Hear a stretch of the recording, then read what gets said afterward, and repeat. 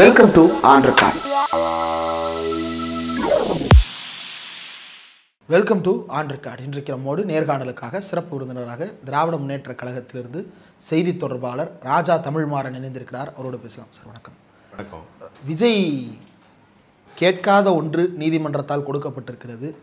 அவர் கேட்டது உச்சநீதிமன்ற தலைமை நீதிபதி தலைமையிலான விசாரணை. அதே போல் மற்ற மனுதாரர்கள் பெயரில் சிபிஐ விசாரணை கேட்கப்பட்டது. சிபிஐ விசாரணையும் கொடுக்கப்பட்டிருக்கு, உச்சநீதிமன்ற தலைமை நீதிபதியும் கொடுக்கப்பட்டிருக்கிறார். இந்த எபிசோடில் நீதி வெல்லும், நீதி வென்றது, நீதியே வெல்லும் அப்படின்னு தாவேகாவினர் மத்தியில் ஒரு பெரிய உற்சாகம். தமிழ்நாடு அரசுக்கு எதிரான வெற்றியாக இதை அவர்கள் பதிவு செய்கிறார்கள். முடக்க நினைத்த திமுகவை கோர்ட்டின் மூலமாக நீதியை நிலைநாட்டியது தாவேகா அப்படின்ற ஒரு லைன் ஆஃப் ஆர்குமெண்ட்ஸை முன்வைக்கிறாங்க. நீங்கள் இதை எப்படி பார்க்குறீங்க? கொஞ்சம் இந்த பேர்ட்ஸ் ஐ வியூவில் இருந்து பார்ப்போமா? ஏன்னா கீழே இருந்து பார்க்கும்போது இப்படி கல் இப்படி பெருசாக தெரிகிற மாதிரி தெரியும். கொஞ்சம் உயரத்தில் போய் நிகழ்வுகள் என்னெல்லாம் நடந்திருக்கு, இதனோட பின்விளைவுகள் எப்படி இருக்கும், இந்த கரூர் இன்சிடெண்ட்டுக்கு பிறகு நிகழ்வு எப்படி போயிருக்குங்கிறத பார்த்தா தான் இது எதை நோக்கி நகருதுங்கிறத நம்ம புரிஞ்சுக்க முடியும். இப்போ என்ன நடந்திருக்கு? சிபிஐக்கு இந்த கேஸ் போயிருக்கு, அதானே? ஆமாம், கரெக்டுங்களா? இது கோர்ட்டு மூலிமா போச்சு, அந்த டிஸ்கஷனுக்குள்ளே நம்ம போகவே வேண்டாம். ஆனால் சிபிஐ தான் இந்த வழக்கை இனி விசாரிக்க முடியும் அப்படிங்கிற நிலை வந்துருச்சு. கரெக்டுங்களா? சரி, இப்போ நான் ஒரு விஷயத்தை கேட்குறேன். அண்ணா திராவிட முன்னேற்ற கழகம் ஆட்சியில் இருந்தபோது எத்தனை இடி கேஸ் வந்துச்சு? அதன் பிறகு ஆட்சியை விட்டு வெளியே போய் கூட்டணியை விட்டு வெளியே போனதுக்கப்புறம், பாரதிய ஜனதா கூட்டணியை விட்டு வெளியே போனதுக்கப்புறம் 32 பேர் மீது வழக்குகள் இருக்குது. அதிமுகவில் இருக்கக்கூடிய முன்னணி தலைவர்கள், சிலுவம்பாளையம் பழனிசாமி அவர்களுடைய எதிர்க்கட்சி தலைவராக இருக்கக்கூடிய சிலுவம்பாளையம் பழனிசாமி ஐயா அவர்களுடைய சம்பந்தி மகன் உட்பட நம்ம அதை விலாவரியாக பேசியிருக்கோம். 32 பேர் மீது வழக்குகள் இருக்குது. இப்போ அந்த வழக்குகளுடைய நிலைமை என்னன்னு யாராவது ஏதாவது கேட்டிருக்காங்களா? இது வரைக்கும் ட்ரையலாவது வந்திருக்கா? இல்லை நீங்கள் ஒரு இடி வழக்கை தற்போதைய அமைச்சராக இருந்த மாவட்ட கழக செயலர் எம்எல்ஏ செந்தில் பாலாஜி அவர்கள் மீது ஒரு இடி வழக்கை போட்டாங்க, பிடிச்சி சொல்ல வச்சாங்க. 1.25 வருஷம் கழிச்சு அவர் பெயில் எடுத்துகிட்டு வந்தார். அது மாதிரி யாராவது அதிமுகவிலிருந்து கைது செய்யப்பட்டிருக்கிறார்களா? இல்லை. அப்போ அந்த 32 பேர் மீது இருக்கக்கூடிய அந்த வழக்குகள் அவர்களை, அந்த கட்சியை, அந்த வழக்குகள் மூலமாக அந்த பணப்பரிவர்த்தனைகளின் ஆதாரங்கள் கிடச்சிருக்கிற காரணத்தினால, சொத்து பரிமாற்றங்களின் ஆதாரங்கள் கிடச்சிருக்கிறதுனால அவங்களால எதுவும் பேச முடியாமல் முழுக்க பாரதிய ஜனதா என்ன சொல்லுதோ அதை கேட்குற மனநிலைக்கு போயிட்டாங்கங்கிறது தானே நமக்கு தெரிய வருது. இல்லை, அது எல்லாமே பழசு இல்லையா? இப்போ தாவேகான்றது ஒரு புது கட்சி, பாஜகவை கொள்கை எதிரியாக முன்னிறுத்துகின்ற கட்சி. சொல்ல வரேன் நான். அடுத்து நீங்கள் அதை இன்னும் ஒரு 2 செஷன் இருக்கா, 2 டீட்டெயில் சொல்லிட்டேன்னா உங்களுக்கு தெளிவாக புரிஞ்சிடும். இப்படி தானே இருக்குது. அப்போ இதுக்கு பயந்து தானே அவங்க பாரதிய ஜனதா என்ன சொன்னாலும் கேட்குற நிலையில் இருக்காங்க. இது தமிழ்நாட்டுக்கு மட்டுமான பாரதிய ஜனதாவினுடைய கையாடல் முறை அல்ல. நீங்கள் அஜித் பவார் மீது இன்னும் வழக்குகள் அப்படியே இருந்துக்கிட்டு இருக்கு. அவர் இன்றைக்கி துணை முதலமைச்சராக இருந்துக்கிட்டு இருக்கார் மகாராஷ்டிராவில். நீங்கள் ஜெகன்மோகன் ரெட்டி மீது 26 சிபிஐ வழக்குகள் இருக்குது. நீங்கள் சந்திரபாபு நாயுடு அவர்கள் முதலமைச்சராக இருக்காங்க இல்லையா, அவர் மேலேயும் வழக்கு இருக்குது, சிபிஐ வழக்கு இருக்குது, ஊழல் வழக்கு. அது மட்டுமல்ல, அஸ்ஸாமில் இருக்கக்கூடிய சிஎம், இப்போ பிஜேபி சிஎம், அவர் மீதும் வழக்கு இருக்குது. அவர் பிஜேபிக்கு தன்னோட கட்சியிலிருந்து காங்கிரஸை விட்டு வெளியே போய் அங்கே சேர்ந்தவர், அவர் மீதும் வழக்கு இருக்குது. அப்போ எப்படி இது ஒரு திட்டமிடல் இருக்குன்னா, வழக்குகள் யார் மீது போடப்பட்டு எதிர்க்கட்சியில் இருக்கக்கூடியவர்கள் அங்கே அதிகாரத்தை கைப்பற்றுவதற்கு, அவர்களை இவங்க பக்கம் கொண்டு வரது, கட்டாயப்படுத்தி கொண்டு வருவதற்கான ஒரு முயற்சியாக தான் தொடர்ந்து இவங்க செஞ்சுட்டு வந்திருக்காங்க. பாரதிய ஜனதாவுடைய ஃபார்முலாவே அதுதான், இடி அல்லது சிபிஐ. இப்போ இன்னொரு விஷயம் அதிகம் பேசப்படாத தமிழ்நாட்டில், நான் இந்திய அரசியலில் இருக்கக்கூடிய ஒரு சில நிகழ்வு சொல்லிட்டேன். அன்புமணி ராமதாஸ் அவர்கள் மீது சிபிஐ வழக்கு இருக்குங்கிறது உங்களுக்கு தெரியுமா? கேள்விப்பட்டிருக்கீங்களா? மக்கள் நிறைய பேருக்கு தெரியாது. அரசியல் வட்டாரங்களில் தொடர்ந்து அவ்வப்போது சொல்லப்படுவது உண்டு. அவர் 2007 2009 இருந்த காலகட்டத்தில் மருத்துவக் கல்லூரிக்கு முறையற்ற அனுமதிகள் வழங்கியதன் பேரில் எஃப்ஐஆர்கள் அப்போதைய காங்கிரஸ் கவர்மெண்ட்லேயே போடப்பட்டு சிபிஐயால் 2016 பாரதிய ஜனதா இந்த ஃபைல்ஸ் எல்லாம் கையில் எடுத்து வச்சுக்கிட்டு 2021 கம்ப்ளீட் சார்ஜ் ஷீட்டை ஃபைல் பண்ணி அவர் மீது சிபிஐ வழக்கு நிலுவையில் இருக்கிறது. 2 வழக்குகள் என்னென்ன வழக்குகள்னா, ஒன்று வந்து இண்டெக்ஸ் மெடிக்கல் காலேஜ் இந்தூர், அந்த காலேஜுக்கு முறையற்ற அனுமதி வழங்கியிருக்காங்க, அதற்கு ஆதாரங்களோடு பிடிபட்டிருக்கு. இன்னொரு வழக்கு ரோஹில்கண்ட் மெடிக்கல் காலேஜ் பரேலி, அந்த காலேஜுக்கு அனுமதி வழங்கப்பட்டதுலையும் தவறு இருக்குது. இது யாருடைய காலகட்டம்னா கேத்தன் தேசாய், நீங்கள் கேள்விப்பட்டிருப்பீங்க. அவருடைய காலகட்டத்தில் அவர் மெடிக்கல் கவுன்சில் சேர்மனாக இருந்தபோது அவர் யார், அவர் என்ன செஞ்சார்? கேத்தன் தேசாய் மெடிக்கல் கவுன்சிலில் இருந்து மிகப்பெரிய அளவில் ஊழல் செஞ்சு பல டன் கோல்டு அவர் அப்பார்ட்மெண்ட்லேருந்து எடுத்தாங்க, பல கோடிகள் பணம் எடுத்தாங்க. அவர் அடிப்படையில் குஜராத்தில் இருந்து வந்த மெடிக்கல் கவுன்சில் ஒரு professor, medical professor, Gujarat medical கவுன்சிலோட சேர்மனாக இருந்தார். பின்னாடி இந்த வழக்குகள்லாம் ஊழலில் கைது செய்யப்பட்டு மறுபடியும் பாரதிய ஜனதாவினுடைய மிகப்பெரிய ஆதரவோடு இன்டர்நேஷ்னல் மெடிக்கல் கவுன்சிலுக்கு சேர்மன் ஆகி திரும்ப வந்து இப்போ ரிட்டையர் ஆகியிருக்காரு. அப்படிப்பட்ட மிகப்பெரிய ஊழல் பின்னணியை கொண்டிருக்கிறவர் தான் கேத்தன் தேசாய். அவர் தான் இந்த நீட்டை வரைமுறைப்படுத்துவதற்கு மிகப்பெரிய அளவில் இந்த ஒன்றிய அரசுக்கு உதவியவர். லீகலைஸ் பண்ணார் இந்த ஃபண்ட் டிரான்சாக்ஷனை பூரா.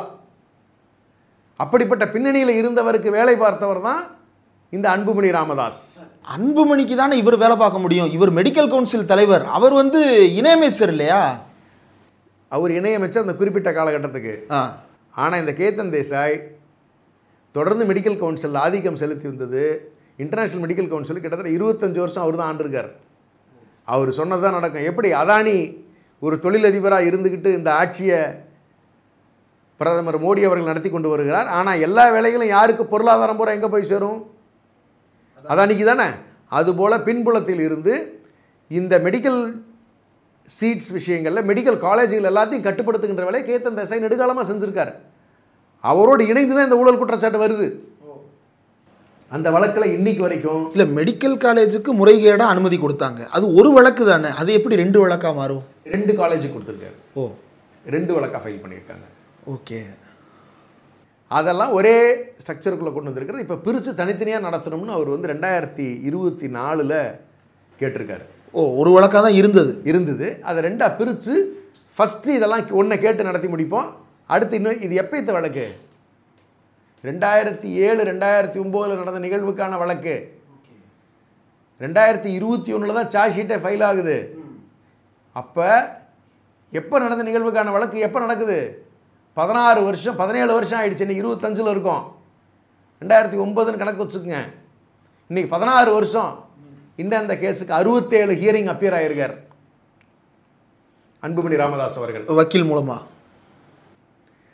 கடைசியாக நடந்த ஹியரிங் 1/9/2025 அன்னைக்கு ஒரு ஆர்டர் பாஸ் ஆகிருக்கு. இப்போ போன மாதம் 2025. ஆமாம். அடுத்து இது என்னைக்கு லிஸ்ட் ஆகுது? 4/12/2025. Quarterly appearance. குவார்ட்டர்லி அப்பியரன்ஸில் அவன் என்னைக்கு வேணுமோ போடுவான். இதுதான் அன்புமணி ராமதாஸ் அவர்களை பாரதிய ஜனதா விட்டு நகர முடியாமல் அடிமையாக்கி வச்சிருக்கிறதுக்கான மிகப்பெரிய ஆதாரம். இந்த சிபிஐ வழக்கை விட்டு அவரால் நகர முடியாது. அப்போ எந்த கூட்டணியாக இருந்தாலும் அவர் பாரதிய ஜனதா என்ன சொல்லுகிறதோ அதை விட்டு நகருவதற்கு வாய்ப்பே கிடையாதுங்கிறதுக்கான மிகப்பெரிய ஆதாரத்தை உங்கள் முன்னாடி நான் வைக்கிறேன். நீங்கள் இதை பார்த்துக்கலாம். அப்போ இவங்க கூட்டணிக்கு தமிழ்நாட்டில் இருக்கக்கூடியவர்கள் 2 மிகப்பெரிய அடிமைகளை பிடிச்சி வச்சுக்கிட்டாங்க. அதிமுக ஒரு கட்சி, பாட்டாளி மக்கள் கட்சி ஒரு கட்சி. இப்போ 3ஆவதா விஜய் இந்த லிஸ்ட்டில் சிபிஐ வழக்கில் போய் சேர்ந்துட்டார். அப்போ அதான் நீதிபதி தலைமையில் தானே சிபிஐ விசாரிக்க போகுது. வேண்டாம் நான் அதுக்குள்ளே நான் வர விரும்பலை. ஏன்னு கேட்டுக்கோங்களேன். இந்த தீர்ப்புகள் வந்து நியாயமாக இருக்கா அப்படிங்கிறதுக்குள்ளெல்லாம் நான் விவாதத்துக்குள்ளே போக வரல. நிகழ்வினுடைய தன்மை எது மாதிரி நகர்ந்துருக்குன்னு பார்த்தோம்னா அதை நீங்களே யூகிச்சுக்குங்க. என்ன நடந்திருக்கு? இனிமே தமிழ்நாட்டில் யாரும் விசாரிக்காதீங்கப்பா. எஸ்ஐடி வேண்டாம், தனிநபர் கமிஷன் வேண்டாம், எல்லாத்தையும் கட் பண்ணிட்டு சிபிஐ கிட்ட தூக்கி இதை கொடுத்துரு அப்படின்னு கொடுத்துருக்காங்களா இல்லையா? சிபிஐ கொடுத்தது மட்டும் இல்லை, அதை ஒரு ரிட்டையர்டு ஜஸ்டிஸ் அஜய் ரஸ்தோகி அவருடைய தலைமையில் இந்த வழக்கு மேற்பார்வை செய்யப்படணும்னு சொல்கிறாங்க. யார் இந்த அஜய் ரஸ்தோகி? பில்கிஸ் பானு. வழக்கு மறந்து ஞாபகம் வச்சுருக்கீங்களா? ஒரு குடும்பத்தில் 11 பேர் இஸ்லாமியர்கள் கொல்லப்படுகிறார்கள். அந்த பெண் ப்ரெக்னெண்ட்டாக இருக்கிறாங்க. அவர்கள் மீது வன்கொடுமை செய்து அவர் கொல்லப்படுகிறார். அவருடைய குழந்தையை தரையில் ஓங்கி அடித்து அவர் முன்னாலேயே கொல்கிறார்கள். அதில் ஈடுபட்டவர்கள் கோர்ட் மூலிமா தண்டிக்கப்படுகிறார்கள். உச்சபட்ச தண்டனை வழங்கப்படுகிறது, ஆயுள் தண்டனை. அது ரிலாக்ஸேஷன் கேட்குறாங்க சுப்ரீம் கோர்ட்டில் போய். அவங்களுக்கு கொடுக்கலான்னு அனுமதி வழங்கினவர் தான் இந்த அஜய் ரஸ்தோகி சுப்ரீம் கோர்ட்டில். அப்போ இந்த வழக்கில் அவருடைய தீர்ப்பு என்னன்னு கேட்குறாருன்னா, உச்சபட்ச ஒரு குற்றத்தை செய்திருப்பதாலேயே அவர்களுக்கு உச்சபட்ச தண்டனை வழங்க வேண்டுமா அப்படின்னு ஒரு கேள்வியை கேட்குறாரு. வேற எதுக்கு வழங்குவீங்க? சாதாரண குற்றமா அது? இத்தனை உயிர்களை கொல்றது, ஒரு பிரெக்னெண்ட்டாக இருக்கிற பெண்ணை கொண்டிருக்கீங்க, வன்முணர்வு செஞ்சு. எவ்வளவு கேவலமான ஜென்மங்களாக இருந்திருக்கணும். அவங்க மிருகமாக கூட வாழ்கிறதுக்கு தகுதி இல்லாதவங்கன்னு தானே நம்ம வைக்கணும். ஒரு பார்ட் ஆஃப் ஜெனசைடு. அந்த குழந்தையை அடித்து கொண்டிருக்கீங்க சார், தரையில் அடித்து அந்த குடும்பத்துக்கு முன்னாடி. நீங்கள் அதில் எப்படி சார் நீங்கள் பாவம் பார்க்க முடியும்? இன்ஃபேக்ட் இந்த தண்டனை கம்மியாக இருக்கு, உன்னை தூக்கில் போடணும்னான்னு சொல்லியிருக்கணும். அதை சொல்லி ஹைகோர்ட்டை டிசைட் பண்ணிக்கலான்னு கீழே தள்ளி விடுறாரு. அந்த கேஸை ரிலீஸ் பண்ணுறாங்க. பதறி அடிச்சுக்கிட்டு இந்த செய்தியாக வந்த பிறகு பாஜக ஆர்எஸ்எஸ் அவர்களை மாலை போட்டு வரவேற்றது. இது ரெக்கார்டில் இருக்குங்க, நீங்கள் எடுத்து பார்த்துக்குங்க. அதுக்கப்புறமா சுப்ரீம் கோர்ட் ஜஸ்டிஸ் இருக்கிற பெஞ்சு இதை கேட்டு பதறி, இன்னும் இதில் இப்படி போய் ஒரு தீர்ப்பை கொடுத்துருக்கீங்கன்னு அவங்க இந்த ஹியரிங்கை மறுபடியும் எடுத்து நடத்தி மறுபடியும் அவங்கள பிடிச்சி உள்ள வச்சுருக்காங்க. இப்படிப்பட்ட ஒரு தீர்ப்பை வழங்கியவர் தான் இந்த வழக்குக்கு தலைமையேற்று நடத்தப் போகிறார், விசாரணையை நடத்தப் போகிறாராம். அதோட கொடுமை என்ன தெரியுங்களா? தமிழ்நாட்டு ஐபிஎஸ் ஆஃபீஸர் நீங்கள் போட்டுங்கன்னு சொல்கிறாங்க. அவர் தமிழராக இருக்கக்கூடாதுன்னு சொல்கிறாங்க. இது எவ்வளோ பெரிய கொடுமை! அறம் சார்ந்த சமூகம் தமிழ் சமூகம். அறம்ங்கிற வார்த்தைக்கு ஹிந்தியில் மீனிங்கே கிடையாது. இல்லை நியாய், அதெல்லாம் நியாயம்னு சொல்லிக்கலாம். ஆனால் அறம்ங்கிறது நமக்கு தெரிந்த ஒரு தனியான வார்த்தை. அந்த வார்த்தைக்கான அர்த்தம் தமிழனுக்கு மட்டும்தான் புரியும். அறம்னா எத்தனையோ விஷயங்கள் அதை கவர் பண்ணுது. மனிதாபிமானத்தோடு நடந்துக்க வேண்டிய விஷயம், முறையற்ற செயல்களில் ஈடுபடக்கூடாது. ஆனால் இப்படிப்பட்ட ஒரு சமூகத்துக்கு மனு தர்மத்தை போதிக்கக்கூடியவர்களை நீங்கள் கொண்டு வந்து விசாரிக்கிறதுக்கு நியமனம் பண்ணணும்னு சொல்லியிருக்கீங்களே. மனு தர்மத்தில் எதை வேணாலும் செய்யலாம்னு சொல்லியிருக்க. அப்போ எப்படிப்பட்ட ஒரு பெரிய பாகுபாடு இருக்குது இதில். அப்போ அறம் சார்ந்த விசாரணை செய்வதில் உங்களுக்கு உடன்பாடு. ஏன் தமிழர்கள்லாம் நியாயம் சொல்ல மாட்டாங்களா? தப்பாக நடந்துக்குவாங்களா? யூபிஎஸ்சி தேர்வு எழுதி ஐபிஎஸ் ஆனவங்க தானே அவங்க. இந்திய அரசு அவங்க எல்லாரையும் ஒன்றால் பார்க்கணும். அதெல்லாம் இன்றைக்கி நம்மளுடைய முதலமைச்சர் சொல்லியிருக்காங்க. இன்றைக்கி சட்டமன்றத்திலே இந்த வழக்கினுடைய தீர்ப்பை பார்க்கும் பொழுது எங்களுக்கு வியப்பாக இருக்குது. அதை மறுபரிசீலனை பண்ணணும், அதற்குண்டான சட்ட ரீதியான நடவடிக்கைகள் எடுப்போம்னு இன்றைக்கி சொல்லியிருக்காங்க. இப்படி போட்ட தீர்ப்பு எங்களுக்கு உடன்பாடு இல்லை. ஒரு சின்ன உதாரணத்துக்கு இன்றைக்கி சோஷியல் மீடியாவில் வந்துட்டு இருந்தது. அப்போ இடஒதுக்கீடு சம்மந்தப்பட்ட வழக்குகளை பிராமணர்கள் யாரும் நடத்தக்கூடாதுன்னு சொன்னால் ஒத்துக்குவாங்களா? அது ஏற்பு இருக்குமா? அதுக்கு ஏற்பு இருக்காதுல்ல. இதையே நீங்கள் அதர் ஸ்டேட்டில் கொண்டு போய் மெஜாரிட்டி சமூகம் இருக்கக்கூடிய இடங்களில் நீங்கள் ஸ்டேட்டில் இப்படி ஒரு ஆர்டரை பாஸ் பண்ணிட முடியுமா? யாதவர் சமூகத்தை சாராத ஒருவர் இந்த வழக்கினை விசாரிக்க வேணும்னு நீங்கள் போட்டுருவீங்களா? நீங்கள் என்னங்க நடக்குதுங்க? அப்போ இது ஒரு திட்டமிட்ட ஒரு செயல்பாடாக தான் நான் பார்க்குறேன். ஒரு சதி திட்டத்தை அவங்க அரங்கேற்றிக்கிட்டாங்க. இப்போ விஜயோடைய நிலைமை எப்படி? எடப்பாடி பழனிசாமி அண்ட் கம்பெனி இடி வழக்குகளுக்காக கட்டுப்பட்டு பாரதிய ஜனதா சொல்வதை கேட்டு நடந்து கொண்டிருக்கிறதோ, எப்படி அன்புமணி ராமதாஸ் அவர்கள் தமிழ்நாட்டை பொறுத்த வரைக்கும் இந்த சிபிஐ வழக்கில் மாட்டி இருக்கிறதுனால அவங்க சொல்கிறத கேட்டே ஆக வேண்டிய கட்டாயத்தில் இருக்கிறாரோ, விஜயும் அடுத்த 15 ஆண்டுகளுக்கு அல்லது அந்த வழக்கு முடிகின்ற வரை சிபிஐ சொல்லுவதைத்தான் கேட்க வேண்டும். விசாரணைக்கு வானா வரணும். கேஸை இந்த குறிப்பிட்ட காலகட்டத்துக்குள்ளே முடிக்கலாம்னு ஏதாவது உத்தரவு இருக்கா? இந்த வழக்கினோட தன்மையில் இன்னொரு வருத்தம் இருந்துச்சு. குறைந்தபட்சம் நிவாரணங்கள் எல்லாம் அதில் கேட்டிருந்தாங்க. பியூர் பொலிட்டிக்கல் வழக்காக எனக்கு அது வந்து தெரிஞ்சிச்சு. பொலிட்டிக்கல் மோட்டிவ், அதாவது ஒரு அரசியல் காரணத்தோடு தமிழ்நாட்டினுடைய தொடர்பை இந்த வழக்கில் இருந்து அத்துவிட வேண்டும். அப்படின்னா எஸ்ஐடி கூடாது, ஒரு தனிநபர் கமிஷன் கூடாது. அவனை முழுசாக தூக்கி, விஜயை தூக்கி இனிமே சிபிஐ கண்ட்ரோலு கொடுத்துருங்க அப்படின்னு சொல்லி யாரோ கொடுத்த இன்ஸ்ட்ரக்ஷனை செயல்படுத்துகிற மாதிரி தான் எனக்கு தெரியுது. ஆனால் நிகழ்வு அப்படி தான் நடந்திருக்கு.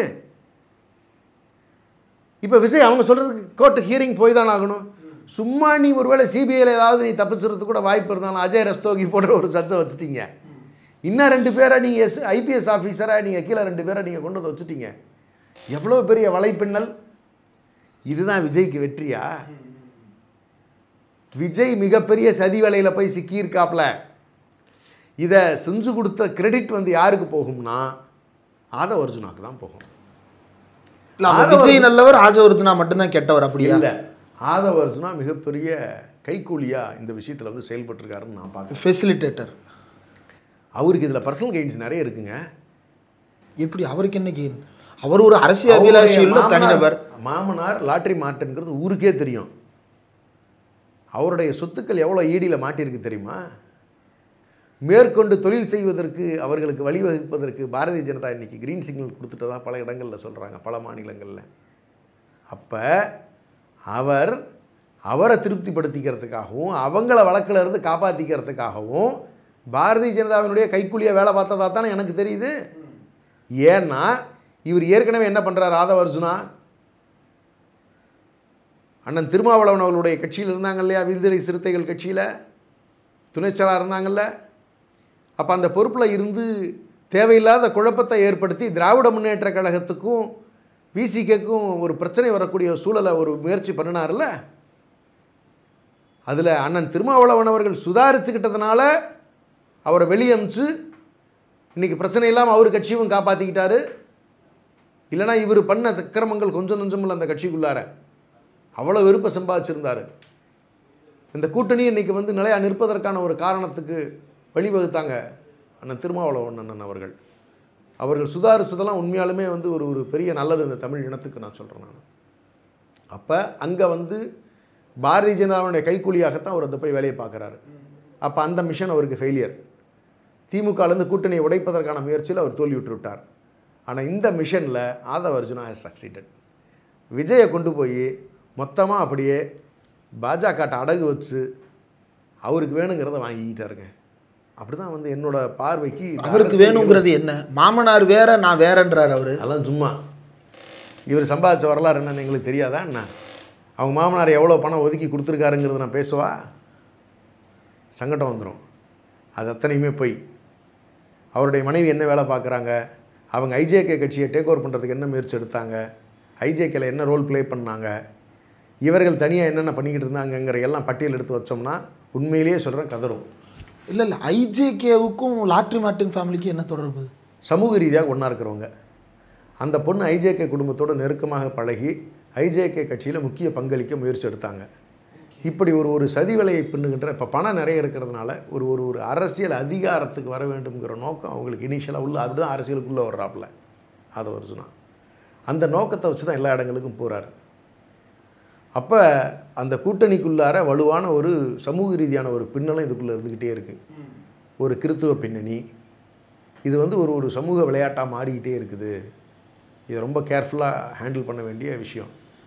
இதில் முழுக்க அவரை காப்பாற்றிக்கிறதுக்கும் அவர் வழக்குகளில் இருந்து காப்பாற்றிக்கிறதுக்கும் ஆதவ அர்ஜுனா பெருசாக ஃபெசிலிட்டேட் பண்ணிட்டாப்புல. ஏன்னா அவர் டெல்லியில் போய் இந்த மூவ்மெண்ட் பண்ணது பூரா அவர் தான். அப்படி இருக்கக்கூடிய நிலையில் நீங்கள் ரிசல்ட்டை பார்த்து நீங்கள் சொல்லுங்களேன். நீங்கள் இதுக்கு முன்னாடி யூகத்தின் அடிப்படையில் பேசின விஷயங்களெல்லாம் இன்றைக்கி கன்ஃபார்ம் ஆகிடுச்சுல்ல. இப்போ இது எங்கே வந்து நிற்கும்னு நினைக்கிறீங்க? 2 மாதம் கழிச்சு கற்பனைக்கு எடுத்துக்குவோம். 2 ஹியரிங் சிபிஐ கூப்பிட்டா போய் தான் ஆகணும். நீங்கள் என்ன சொல்கிறீங்களோ நீங்கள் செஞ்சு தான் ஆகணும். இல்லை அதே சிபிஐ இதை தமிழ்நாடு அரசுக்கு எதிராகவும் திருப்ப வாய்ப்பு இருக்குல்ல?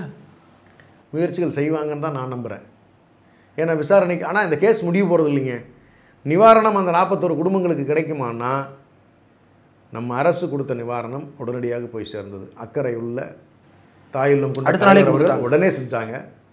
அக்கா கனிமொழி அக்கா அவர்கள் உடனடியாக அதை கொண்டு போய் கொடுத்துட்டு வந்தாங்க. வீடு வீடாக போய் கொடுத்துட்டு வந்தாங்க. இன்றைக்கி வரைக்கும் இந்த திருட்டு பயலுக்கு கொடுக்கல.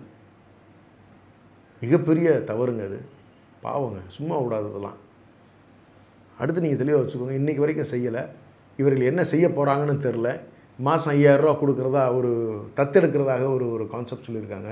அதெல்லாம் நடைமுறையில் எந்த அளவுக்கு சாத்தியம், நாளைக்கு போய் இதெல்லாம் வெரிஃபை பண்ணிகிட்டு இருக்க முடியுமாங்கிறது தெரில. அந்த 20 லட்சம் கொடுக்க போகிறாங்களாங்கிறதும் தெரியலை. கட்டாயத்தின் பேரில் கடைசியாக வருமா வராதா நிறைய கேள்விக்குறிகள் இருந்துக்கிட்டேன். எதுவுமே தெளிவாகவே இல்லை அவங்கள பொறுத்த வரைக்கும். அவனுடைய நோக்கங்கள் எதுவுமே சரியாக இருக்கிற மாதிரி தெரில. ஆனால் ஒரு விஷயம் தெளிவு. இனி விஜய் அவர்கள் தன்னிச்சையாக எந்த முடிவும் எடுக்க முடியாது. ஏற்கனவே அவர் தன்னிச்சையாக முடிவு எடுக்கலை. அவர் கூட இருக்க அந்த 4 பேரை நம்பி வீணாக போனதான் மிச்சமாச்சு. அந்த 4 பேரில் ஒருத்தன் கொண்டு போய் இவர் விற்றுட்டு வந்துட்டான். இப்போ நீ பர்மனெண்ட்டாக இவர் பிஜேபி என்ன சொல்லுதோ அதை மட்டும்தான் கேட்குற நிலை. இல்லைன்னு கேட்டிங்கன்னா முழுக்க முழுக்க அவரை மிரட்டுவாங்க. ஆனால் அதே சமயத்தில் இந்த தேர்தல் முடிகின்ற வரைக்கும் திராவிட முன்னேற்ற கழகத்தில் இருக்கக்கூடிய சிலரை கூப்பிட்டு விசாரிப்புங்கிற பேரில் தொந்தரவு பண்ணுறதுக்கு வாய்ப்புகள் இருக்குது, இல்லைன்னு சொல்ல முடியாது. அதையெல்லாம் எதிர்கொள்கிறதுக்கு நாம் தயார். ஏன்னு கேட்டுக்கிட்டிங்கன்னா மடியில் கனம் இருந்தால் தானே பயம் இருக்குங்கிறத நம்ம தெளிவாக ஊர் மக்கள் கிராமத்தில் சொல்கிற வழக்கம் உண்டு. அதிமுக இன்றைக்கி அவங்களுடைய வழக்குகள்லாம் இருக்கிறதுனால தான் டோட்டல் சரண்டராங்க. ஒன்று எதிர்த்து போராடணும், வழக்குகளை எதிர்கொள்கிறதுக்கு தைரியம் இருக்கணும். தப்பு பண்ணாமல் இருந்திருந்தால் அந்த தைரியம் வரும். தப்பு பண்ணியிருந்து வசமாக சிக்கிக்கிட்டோம்னா, ஆனால் நீங்கள் என்ன சொல்லி கேட்குறேன்னா எதுக்குன்னே வம்பு மானரோசம்லாம் நமக்கு எதுக்கு, வெக்கமான சூடு சொரணை இதெல்லாம் எதுவுமே நமக்கு அவசியம் இல்லைன்னா இருக்கிற பணம் போதும்னா எங்களை ஹாப்பியாக நிம்மதியாக இருக்க விடுங்கன்னு முடிஞ்சு போச்சு வேலை. இப்போ அதான் அதிமுக நடந்தது. ஆனால் திமுக பொறுத்த வரைக்கும் அப்படி கிடையாது. நீங்கள் எத்தனை வழக்கு வேணாலும் போடுங்க, நீங்கள் என்ன மிரட்டு வேணாலும் மிரட்டுங்க. ஏன்னா வரும் காலம் இன்னும் தேர்தல் வருகின்ற வரை எப்படி வேண்டுமானாலும் சிரமத்தை கொடுப்பதற்கான முயற்சிகளை பாரதிய ஜனதா செய்வதற்கான வாய்ப்புகள் எதிர்பார்த்துருக்கோம். அதில் இது ஒன்று வர்றதுக்கான வாய்ப்புகள் இருக்கத்தான் செய்யுது. இல்லை, எடப்பாடி பழனிசாமி இன்றைக்கும் கூட மாண்புமிகு எதிர்க்கட்சி தலைவர் பேரவையிலிருந்து வெளிநடப்பு செய்து வெளியே முதல்வர் உள்ள விளக்கம் சொல்கிறாரு. நாங்கள் கிட்டத்தட்ட 24 மருத்துவர்கள் 16 உதவி பணியாளர்கள் அவர்களோட சேர்ந்து 28ஆம் தேதி மதியம் 2 மணி வரைக்கும் போஸ்ட்மார்ட்டம் நடந்து கொண்டு தான் இருந்தது. உடனே 32 ஒரே நேரத்தில் எடுத்து 32 ஒரே நேரத்தில் வெளியேற்றல, ஒவ்வொரு உடலாக தான் பண்ணோம் அப்படின்றாரு. ஆனால் வெளியே எதிர்க்கட்சி தலைவர் கேட்குற கேள்வியில் அங்கே மொத்தமே 2ஓ 3ஓ தானே பெட்டே இருக்குது, போஸ்ட்மார்ட்டம் பெட்டே 2-3 தானே இருக்குது, எப்படி நீங்கள் 22 மருத்துவரை வச்சு வேலை பார்த்தீங்க அப்படின்னு சொல்லிட்டு அவர் காட்டமாக கேள்வி எழுப்பியிருக்கிறாரு. அந்த நிகழ்வு நடக்கின்ற பொழுது மாடத்திலிருந்து பார்த்தவன் என்கின்ற முகையில் நான் சொல்கிறேன். எங்கே முழுமையான நிகழ்வு இன்றைக்கி அசம்பிளியில் தான் இருந்தோம். ஓகே, பார்க்க வாய்ப்பு இருந்தது. முதலமைச்சர் ரொம்ப தெளிவாக சொன்னார்கள். ஏற்கனவே இதை நம்மளுடைய தோழர் மகிழன் அவர்களுடைய அரண்சையிலே நான் இதை பதிவு பண்ணியிருந்தேன். போஸ்ட்மார்ட்டம் எப்படி நடந்துச்சு அப்படிங்கிறதுக்கு உண்டான பதிவு முதலமைச்சர் தெளிவாக சொன்னார். 1:29 மணிக்கு இரவில் முதல் போஸ்ட்மார்ட்டம் தொடங்கியது. 3 டேபிள்கள் இருந்த நிலையில் இன்னும் 2 டேபிள்கள் சேர்த்து 5 டேபிள்களுக்கு கலெக்டர்கிட்ட நைட்டில் போஸ்ட்மார்ட்டம் செய்கிறதுக்கு அனுமதி பெறப்பட்டு மற்ற மாவட்டங்களிலிருந்து 22 ஃபொரன்சிக் டாக்டர்கள் வரவழைக்கப்பட்டு அங்கே இருந்த 3 டாக்டர்கள் ஃபொரன்சிக் டாக்டர்களை சேர்த்து 25 டாக்டர்கள் கொண்ட குழு 5 உடல்களுக்கு ஒரே நேரத்தில் செய்யக்கூடிய நிலையில் 1 மணி நேரம் வீதத்தில் செய்திருக்க முடியும். 1 மணி நேரம் வீதம் என்று சொன்னால் 1 மணி நேரத்தில் 5 உடல்களை செய்திருக்க முடியும். அப்போ அடுத்த நாள் மதியம் 2 மணி வரை அந்த போஸ்ட்மார்ட்டம் தொடர்ந்துச்சுன்னு சொல்கிறாங்க. கிட்டத்தட்ட 14 மணி நேரம் 39 பாடிகளுக்கு அப்படி தான் நடந்துச்சு. அப்படின்னா இந்த 13 மணி நேரத்தில் 39 பாடிக்கும் அடுத்த ஒரு 4 மணி வரைக்கும் ஒரு பாடிக்கான அடையாளம் காண்பதில் சிரமம் இருந்த காரணத்தினால் 4 மணி வரை 41 பாடிக்கு டைம் ஆச்சு. இதுதான் கணக்கு. அப்போ 14 மணி நேரத்தில் மொத்தமாக இந்த 41 பாடிக்கு போஸ்ட்மார்ட்டம் நடந்திருக்கு. இதுக்கு முழுக்க வீடியோ ரெக்கார்டிங் இருக்குது அப்படிங்கிறத postmortem is completely recorded. Okay, அதை யார் எந்திரிச்சு சொல்கிறாங்க அவையில்? நல்வாழ்வுத்துறை அமைச்சர் அண்ணன் மா சுப்பிரமணியம் அவர்கள் எந்திரிச்சு இந்த விளக்கத்தை எந்தெந்த டிஸ்ட்ரிக்ட்லேருந்து யார் யார் வந்தாங்க, எத்தனை செவிலியர் வந்தாங்க, எத்தனை டாக்டர் வந்தாங்க, அங்கே மார்ச்சூரியில் வைக்கிறதுக்கு இடமில்லாத காரணத்தினாலையும் அங்கே கூட்டம் அதிகமாக கூடியிருக்கிற காரணத்தினாலேயும் அவர்கள் கேட்ட உடனே அந்த பாடிகளை அவங்களுக்கு உடனே கொடுத்துக்கிட்டே வர்றாங்க போஸ்ட்மார்ட்டம் செய்ய. அதில் முதலில் வந்த 5 பாடிகளுக்கு தான் அந்த இடத்துல வந்து முதலமைச்சர் அவர்கள் அஞ்சலி செலுத்திட்டு கிளம்புறாங்க. 39 பாடி நைட்லேயே அவர் செலுத்தலை. ஃபஸ்ட்டு பேட்ச் 5 பேர் அதற்கு அஞ்சலி செலுத்திட்டு தான் கிளம்புறாங்க. இதை ரொம்ப தெளிவாக அழகாக அண்ணன் மா சுப்பிரமணியன் அவர்கள் அமைச்சர் அவர்கள் தெளிவாக பதிவு பண்ணினாங்களே. அதை கேட்டுக்கிட்டு அங்கே கம்முன்னு தானே உட்கார்ந்துருந்தார். அப்புறம் ஏன் வெளியே வந்து இதை கேட்குறாரு? நான் தான் சொல்கிறேன், அவர்களுடைய அணுகுமுறை மிகவும் தவறாக இருக்கிறது. யதார்த்தம் இல்லை அவங்கக்கிட்ட, உண்மை இல்லை அவங்கக்கிட்ட. பொய்யா ஒரு குற்றச்சாட்டை சொல்லணுங்கிறதுக்காக ஒரு முயற்சி பண்ணுறாங்க. ஒரு பொய்யை சொல்லி வசமாக இன்றைக்கி மாட்டி வாங்கி கட்டிக்கிட்டார். அதாவது இந்த ஒன்மேன் கமிஷன் போட்ட உடனே அடுத்த நாள் காலையில் அவசரமாக தனி விமானம் பிடிச்சி அந்த அம்மா அருணா ஜெகதீசன் அவர்கள் விசாரிக்கிறதுக்கு போனார்னு இவர் சொல்லிட்டார். யார்? எதிர்க்கட்சியினுடைய தலைவர் அவர்கள், மாண்புமிகு சிலுவம்பாளையம் பழனிசாமி அவர்கள். முதலமைச்சர் குறுக்கிட்டு பதில் சொன்னார். அடுத்த நாள் மத்தியானம் தனியார் விமானத்தில் மற்ற பேசஞ்சர்ஸோடு சேர்ந்து தான் போனாங்க, தனி விமானம் பிடிச்செல்லாம் போகலை. இப்படிப்பட்ட கதைகளை, இந்த மாதிரி கான்ஸ்பிரசி தியரிகளை உள்ளப்படாதீங்கன்னு சொல்லி அப்போவே பதில் சொன்னாங்களே. அப்போ பொய்யை சொல்கிறதையே வாடிக்கையாக வச்சுக்கிட்டாரு திரு சிலுவம்பாளையம் பழனிசாமி அவர்கள். அப்படி தான் என்னுடைய பார்வைக்கு தெரியுது. நிறைய பொய்கள். அதில் இன்னொரு நிகழ்வுமே இருக்குது. 2 நாளைக்கு முன்னாடி இவங்க அங்கே தானே கூட்டம் நடத்துகிறாங்க. இவங்க பர்மிஷன் கேட்டு வாங்கினது அதே இடம் தானே. அந்த கூட்டத்தை ஆக்சுவலாக பாராட்டி இருந்தார் முதல்வர் இன்றைக்கு சட்டமன்றத்தில். ரொம்ப நேர்த்தியாக அந்த கூட்டத்தை அவர்கள் நடத்தி முடித்தார்கள்னு. ஆமாம், அங்கே எந்த பிரச்சனையுமே வரலையே. இவங்களை விட இன்ஃபேக்ட் ஒரு 1000 பேர் அதிகமான கூட்டம் அங்கே இருந்துச்சு.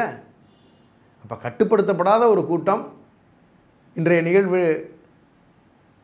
தவறாக போகிறதுக்கான காரணம் அவர்களுடைய அணுகுமுறை தான் தப்பாக இருந்துச்சுங்கிறது ரொம்ப தெளிவாக சொன்னாங்களே. இப்போ அவை குறிப்புகளில் பழனிசாமி அவர்களை பொறுத்த வரைக்கும் முழுக்க ஏதாவது ஒரு அரசியல் பண்ணணுங்கிறதுக்காக, ஒரு குற்றச்சாட்டை வைக்கணுங்கிறதுக்காக மட்டும்தான் அவர் அதை பேசியிருக்காரே ஒழிய அவருடைய பேச்சில் உண்மை இல்லை, வராது. ஏன்னா முதலமைச்சர் திரும்ப இந்த விஷயத்தில் சொல்கிறாங்க, இதில் அரசியல் பண்ணாதீங்க, யாரும் இத்தனை பேர் சாகணும்னு நினைக்க போகிறது இல்லை. ஒரு கட்சி சார்ந்த நாம் எத்தனையோ ஆயிரக்கணக்கான கூட்டங்களை நம்ம நடத்தியிருக்கோம், மாநாடுகளை நடத்தியிருக்கோம். ஆனால் இப்படிப்பட்ட நிகழ்வுகள் நடந்ததில்லை. இது உண்மையிலேயே வருத்தம் அளிக்குது. தயவுசெய்து இதில் அரசியல் பண்ணாதீங்கிறாரு. இன்றைக்கும் அவையில் சொல்கிறாங்க. அவர் கேட்குற மனநிலையிலே அவர் இல்லையே. இது நீங்கள் என்னென்னு சொல்லுவீங்க? ஏன்னா அவருக்கு இதை விட்டால் வேறு ஒன்றும் இல்லை. வேறு என்ன பேச முடியும் இன்னைக்கு சூழ்நிலைக்கு அவருக்கு அரசியலுக்கு? அவருக்கு விஜயனுடைய கூட்டணி வருகின்ற சூழல் ஏற்படுது. அவருக்காக டிஃபெண்ட் பண்ணி பேசுகிறாங்க. இன்னொரு பெரிய கிரிமினல் ஆக்டிவிட்டி பெண்டிங் இருக்குது. இந்த கோர்ட்டு கேஸ், சுப்ரீம் கோர்ட்டுக்கு போன கேஸில் செல்வராஜ்கிட்ட போய் கையெழுத்து வாங்கினது இவர்கள் கட்சியினுடைய முன்னாள் ஊராட்சி தலைவர். போய் கையெழுத்து வாங்கி, உனக்கு வேலை வாங்கி தரேன், கையெழுத்து போடுமாமான்னு கேட்டு வாங்கிட்டு போய் அதை சுப்ரீம் கோர்ட்டில் கொண்டு போய் என்ன எழுதியிருக்குன்னே தெரியாமல் அஃபிடவிட்டில் மட்டும்தான் நீங்கள் கையெழுத்தை வாங்கிக்கிட்டீங்க. அந்த பேப்பரில், மேல் பேப்பரில் உள்ளே இருக்கிறது பூரா என்ன எழுதுனீங்கன்னே தெரியாது. அப்படி போலியாக கொண்டு போய் கேஸை ப்ரொடியூஸ் பண்ணவர் தான். அது பழனிசாமி அவர்களுடைய அனுமதி இல்லாமல் தெரியாமல் அது நடந்திருக்க முடியுமா? திட்டமிட்ட சதி இது. பாலகிருஷ்ணன் ஏமூர் ஊராட்சியினுடைய முன்னாள் தலைவர். உச்சநீதிமன்றத்துக்கு டிஎன் டிஜிட்டல் ஜேர்னலிஸ்ட் யூனியன் சார்பாகவும் அதை குறிப்பிட்டு நம்ம அனுப்பி. உண்மையிலே நீங்கள் அது ஒரு பெரிய இனிஷியேட்டிவ் எடுத்து மெயில் அனுப்பிச்சிருந்தீங்க. நான் வரவேற்கிறோம், வாழ்த்துக்கள். இது தொடருங்க. இந்த மாதிரி பணிகளை, ஆக்கப்பூர்வமான பணிகளை தயவு செஞ்சு தொடருங்க. இதோட நிப்பாட்டிடாதீங்க. ஏன்னா இன்றைக்கி அந்த உண்மைகளை வெளிக்கொண்டு வந்ததில் சோஷியல் மீடியா உங்களை மாதிரி நண்பர்கள் தான் வந்து மிகப்பெரிய பணியாற்றியிருக்கீங்க. இல்லைனா இந்த உண்மைகளெல்லாம் சமூகத்துக்கு வெளியே வராமலே நிறைய போயிருந்திருக்கும். இந்த முறை சோஷியல் மீடியாவில் இருக்கக்கூடிய உங்களை போன்ற நண்பர்கள் ஜேர்னலிஸ்ட்டாக சின்சியராக கான்ட்ரிபியூட் பண்ணியிருக்கீங்க. நான் சும்மா முகஸ்துதிக்கெல்லாம் சொல்லலை, உண்மையாகவே தீவிரமாக பங்களிச்சிருக்கீங்க. வாழ்த்துக்கள் தோழர். அதில் களத்தில் பணியாற்றிய ட்ரைப்ஸ் தமிழ், அரண்சை, யூடியூப் ரூட்டஸ், பேரலை, தி டிபேட், பல்வேறு ஊடகங்கள், குறிப்பாக ஊடகவியலாளர் அரவிந்த் மற்றும் கரிகாலன், அவங்க தான் அதை, அந்த உண்மையை வெளியே கொண்டு வந்தது அவங்க தான். அரவிந்த் தான் களத்தில் அந்த செய்தியை வெளியே கொண்டு வந்தார். அவருக்கு வாழ்த்துக்கள். அது வந்ததுலேருந்து தான் 2வது நாளே வந்து கூட்டணி வந்துருச்சு, புள்ளியார் சொல்லி போட்டாச்சு. இதெல்லாம் எங்கேருந்து சிக்னல்னால் பாரதிய ஜனதாலேருந்து அந்த சிக்னல், சும்மாலாம் வரல. இது இப்படி தான் போய் நிற்க. நீங்கள் எழுதி வச்சுக்கோங்க. அந்த சிரிப்பையும் அந்த மகிழ்ச்சியும் வந்து என்னால் அன்றைக்கி அவர்கிட்ட பார்க்க முடிஞ்சிச்சு. அது நான் வந்து இந்த ரிசல்ட் இப்போ பார்த்தேன். திரும்ப இந்த தீர்ப்பு வந்ததுக்கு பிறகு அவரோட பாடி லாங்குவேஜ் ஒரு மாதிரி மாறுச்சு. வானதி சீனிவாசன் அக்கா ஒரு பேட்டி கொடுத்தாங்க. ஜோஷில் செம ஹாப்பி, அதாவது என்ன சொல்கிறது, ஹைப்பர் மோடு. நீங்கள் இதெல்லாம் எதுலேருந்து ரிஃப்ளெக்ட் ஆகுதுன்னு நினைக்கிறீங்க? ஒருத்தனை பிடிச்சி அடைச்சி வச்சு வெற்றி அவருக்கு நீதி வெல்லாதனால தான் நீதி வெல்லும்னு கேட்டிருக்காராட்டிருக்கு. இது என்னை பொறுத்த வரைக்கும் ஒரு விஷயம் நான் தெளிவாக சொல்கிறேன். ஆர்கஸ்ட்ரேட்டடாக கிரிமினல் அஃபென்சஸை கண்ட்ரி ஃபுல்லாக வந்து செஞ்சுக்கிட்டே இருக்காங்க. அது மூலிமா ஆட்சிகளை மிரட்டி பார்க்குறதும், ஆட்சிகளை கவிழ்க்கிறதும், புது ஆட்சி அவங்களுக்கு தேவையான ஆட்சிகளை கொண்டு வருவதற்குமான முயற்சியை பாரதிய ஜனதா தொடர்ந்து செஞ்சுட்ருக்கு. இதில் விஜய் முழுமையாக மாட்டிக்கிட்டாருன்னு தான் என்னுடைய பார்வை இருக்குது. இதில் தமிழ்நாடு அரசு பொறுத்த வரைக்கும் நிதானமாக, கவனமாக, எந்த இடத்துலையும் பிசுறு இல்லாமல் கண்ணியமாக அருமையாக நடந்துக்கிட்டாங்கங்கிறத நான் பதிவு பண்ண விரும்புகிறேன். எங்கேயும் நீங்கள் குற்றச்சாட்டு வைக்கிறதுக்கான வாய்ப்புகளே அவங்க இடம் கொடுக்கல. நன்றி.